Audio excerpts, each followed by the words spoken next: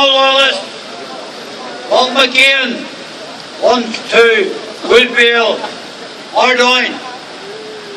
We stand here. I remember a way back at the end of July, I said I had a dream. The dream was that we have a united unionist front. That doesn't go down too well with Martin McGuinness. He knows we united together cannot be defeated. I listened to him and he was telling me that we were all members of UVF. Now, I agree to be in a resistance group for the branch resistance. Martin McGuinness, let me tell you, there wasn't too much crying or moaning when John Hume spoke to Jerry Adams back in the 1990s. It was for peace and it was acceptable. But nowadays, because we have brought people together, it's not acceptable. We have had a peaceful protest here since July. The government can't take it. Martin McGuinness can't take it. The British government can't take it. We want is our men on the bonds back up the road.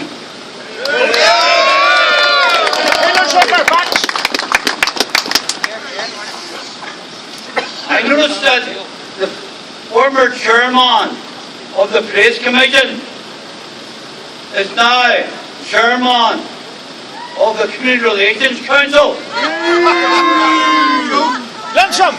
He has got a raise, nearly £130,000 a year instead of 94. I hope that the Secretary of State didn't say, "Well done, thy good and faithful servant," because he took the 30 pieces of silver. I am against quangos. I believe we pay our taxes for the government to run the country. We don't ask them to delegate out to Tom, Dick and Harry to make laws for us. All I can say, ladies and gentlemen, is it gives me great pleasure to see Martin McGuinness struggling. Because he knows, together we stand, divided we fall.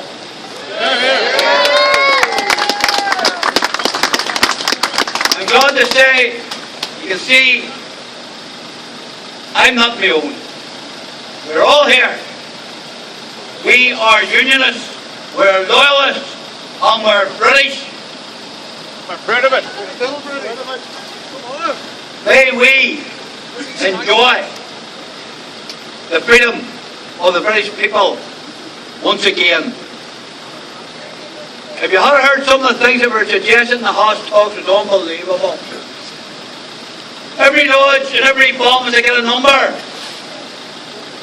Well, my lodge has a number. And I'm confused by it, I haven't changed it. Ladies and gentlemen, thank you for turning up. The weather has been great, but we're still here.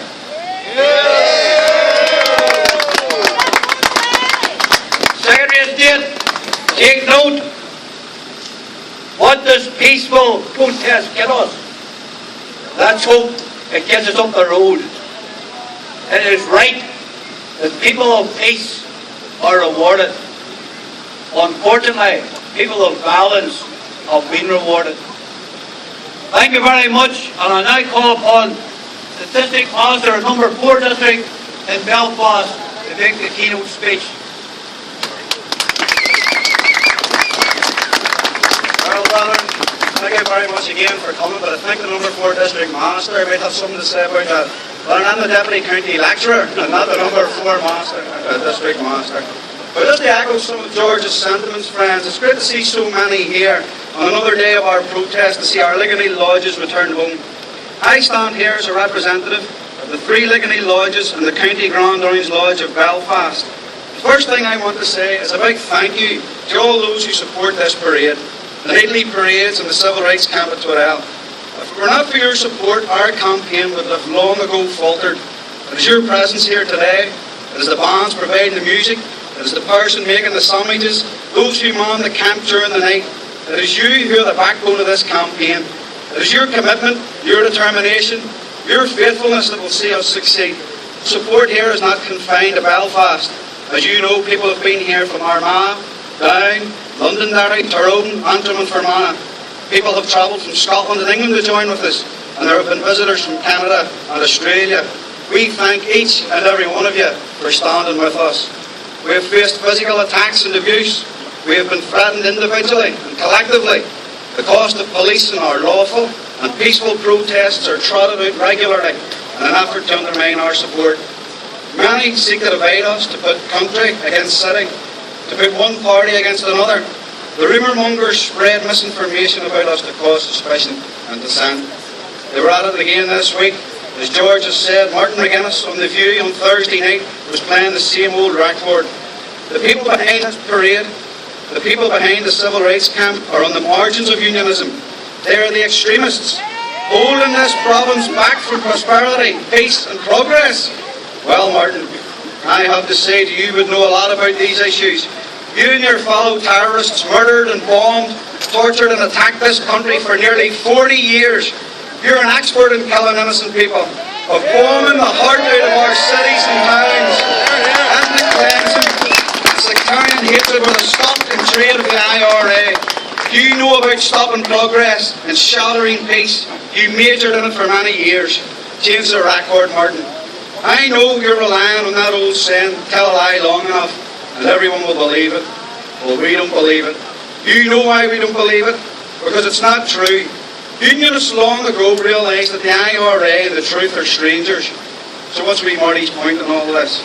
Well, he sees the bogeyman of unionist cooperation and knows the gravy train of concessions has stopped. Not one single unionist or loyalist supports the Haas proposals on parades. Proposals that seek to criminalise our culture. Unionism united in opposition to a Republican agenda. Well, Martin, let us all tell you straight. Let us share with you the truth that you don't want to hear.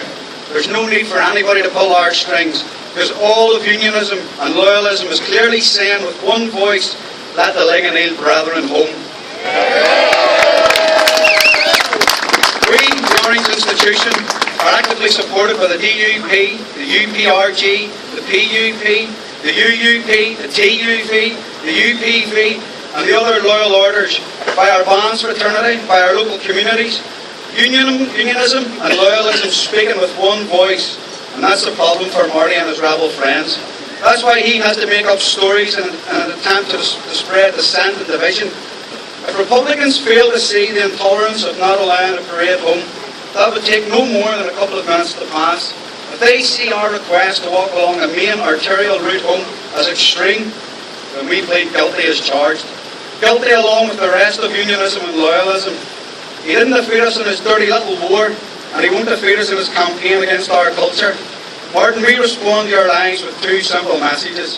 United we stand, get used to it, and the other, as a native of the Maiden City, and you will have heard before, no doubt, from George, no surrender. No surrender!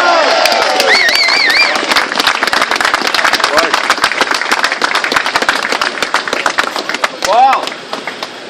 Very much.